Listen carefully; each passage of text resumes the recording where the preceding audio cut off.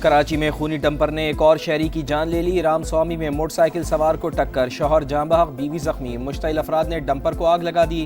25 سال کے شاہزیب کی شادی 4 ماہ قبل ہوئی تھی۔ پولیس نے ڈرائیور اور ڈمپر جلانے والے 3 افراد کو حراست میں لے لیا۔ جائے وقوع پر ڈمپر ایسوسی ایشن کے صدر لیاقت محسود مسلح گارڈ سمیت پہنچے تو شہری مشتعل ہو گئے۔ شدید نعرے بازی، گارڈ کی ہوائی فائرنگ، ڈمپر ایسوسی ایشن کا آج احتجاج کا اعلان، لیاقت محسود کی نیشنل ہائی وے بند کرنے کی دھمکی۔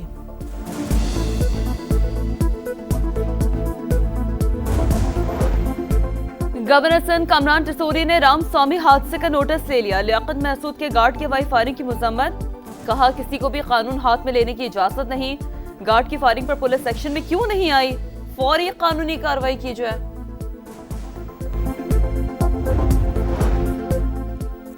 صدر آصف علی زرداری قطر کے 3 روزہ سرکاری دورے پر دوحہ پہنچ گئے۔ ایئرپورٹ پر سینئر قطری حکام نے استقبال کیا۔ صدر مملکت آج عالمی سماجی ترقیاتی کانفرنس میں شرکت کریں گے۔ مختلف عالمی رہنماؤں اور تنظیموں کے نمائندوں سے بھی ملاقات کریں گے۔ بھارت سمندر میں ایک اور فالس فلیگ آپریشن کی تیاری کر رہا ہے۔ انڈیا زمین، سمندر اور فضا میں جو کرنا چاہتا ہے کر کے دیکھ لے، مگر یہ جان لے کہ اس بار جواب پہلے سے زیادہ شدید ہوگا۔ پاک فوج نے دشمن کو خبردار کر دیا۔ DGISPR نے کہا پاکستان اپنی سرحدوں کی حفاظت کے لیے ہر وقت تیار ہے۔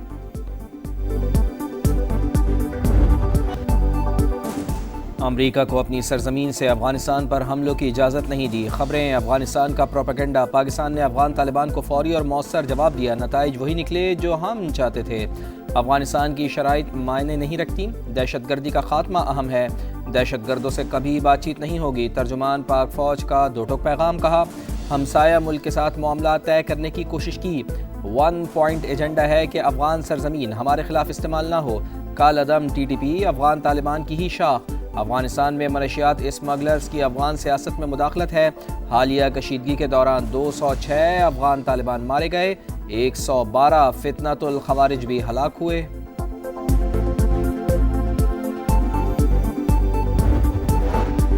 افغانستان سے پاکستان میں دراندازی کی ایک اور کوشش ناکام۔ خیبر پختونخوا میں 2 مختلف کارروائیوں کے دوران 3 خوارج مارے گئے۔ ISPR کے مطابق شمالی وزیرستان میں ہلاک 2 دہشت گردوں میں افغان بارڈر پولیس کا اہلکار خارجی قاسم بھی شامل۔ ٹانک میں بھی افغان باشندہ اکرام الدین عرف ابو دجانہ ہلاک ہوا۔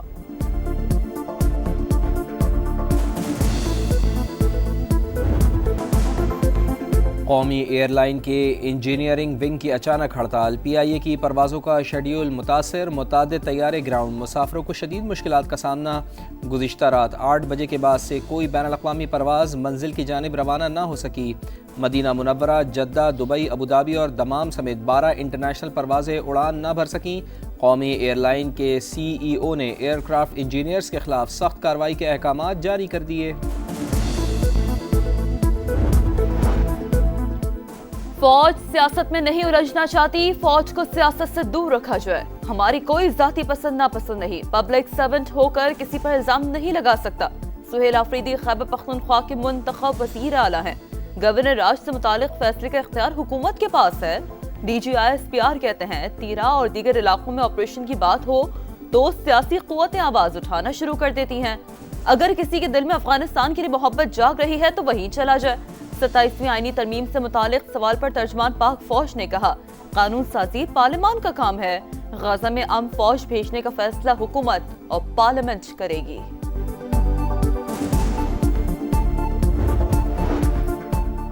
27ویں آئینی ترمیم لانے کی تیاریاں، وزیر اعظم کا اتحادی جماعتوں کو اعتماد میں لینے کا فیصلہ، پاکستان پیپلز پارٹی سے مدد مانگ لی۔ بلاول بھٹو زرداری کے مطابق صدر آصف علی زرداری کی وطن واپسی پر پارٹی فیصلہ کرے گی۔ 6 نومبر کو CEC کا اجلاس بلا لیا۔ 27ویں ترمیم کے اہم نکات سامنے آ گئے۔ آئینی عدالت کا قیام اور فوج کی کمانڈ میں تبدیلی اہم حصہ۔ سپریم جوڈیشل کونسل اور جوڈیشل کمیشن کی سربراہی چیف جسٹس آف پاکستان کے بجائے چیف جسٹس آئینی عدالت کو دی جائے گی۔ NFC ایوارڈ میں صوبوں کا حصہ کم کرنے، بہبود آبادی اور تعلیم صوبوں سے واپس لینے کی تجاویز۔ چیف الیکشن کمشنر اور ارکان کی تعیناتی سے متعلق آئین میں تبدیلی کی جائے گی۔ حکومت اتفاق رائے پیدا کرنے کے بعد آئینی ترمیم پارلیمنٹ میں پیش کرے گی۔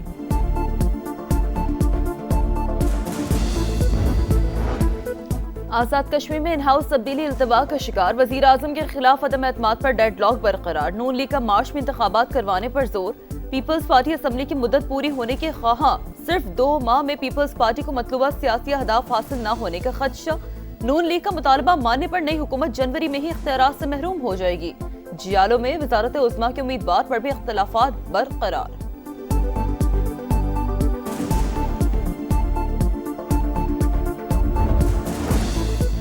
نیو یارک کا نیا میئر کون؟ پولنگ آج ہوگی، 3 امیدوار میدان میں، ڈیموکریٹک امیدوار زہران ممدانی کا پلڑا بھاری، تارکین وطن اور نوجوان ووٹرز کی بڑی تعداد ممدانی کی حامی۔ آخری انتخابی ریلی سے خطاب میں زہران ممدانی کا ورکنگ کلاس طبقے کو ریلیف دینے کا وعدہ، امریکی صدر کو بھی خوب آڑے ہاتھوں لیا، کہا ٹرمپ نے اشیاء سستی کرنے کا نعرہ لگایا مگر پورا نہ کیا، دھمکیاں دینے والوں کو شکست دینے کا بہترین طریقہ ڈٹ کر مقابلہ کرنا ہے، صدر ڈونلڈ ٹرمپ کی ممدانی کی جیت کی صورت میں نیو یارک کے لیے فنڈز روکنے کی دھمکی۔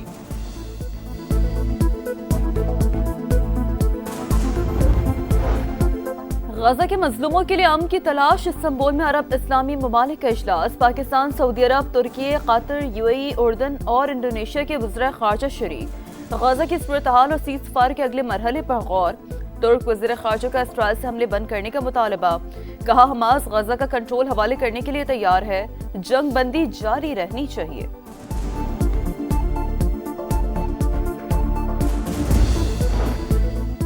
پاکستان اور ترکی کا مسئلہ فلسطین پر مشترکہ موقف کے ساتھ آگے بڑھنے پر اتفاق، استنبول میں نائب وزیر اعظم اور وزیر خارجہ اسحاق ڈار کی ترک ہم منصب سے ملاقات، کہا خطے کے مستقل امن کے لیے آزاد اور خود مختار فلسطینی ریاست ناگزیر ہے جس کا دارالحکومت القدس الشریف ہو۔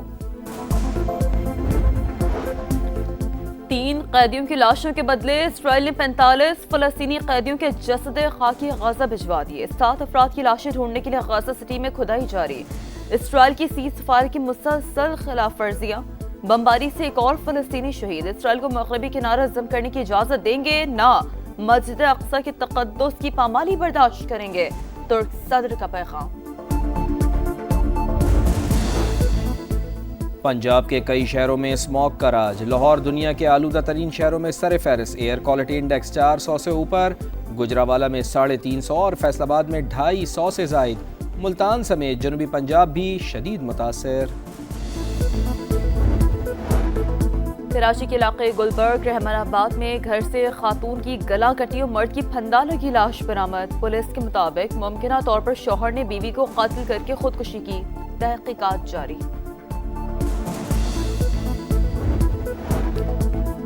ملک میں مہنگائی بڑھ گئی، 1 سال کی بلند ترین سطح 6.24% تک جا پہنچی، صرف اکتوبر میں 1.83% اضافہ ریکارڈ، ٹماٹر، پیاز، سبزیوں، آٹے اور انڈوں سمیت متعدد اشیاء کے دام میں اضافہ، حکومت نے مہنگائی کا تخمینہ 5 سے 6% لگایا تھا۔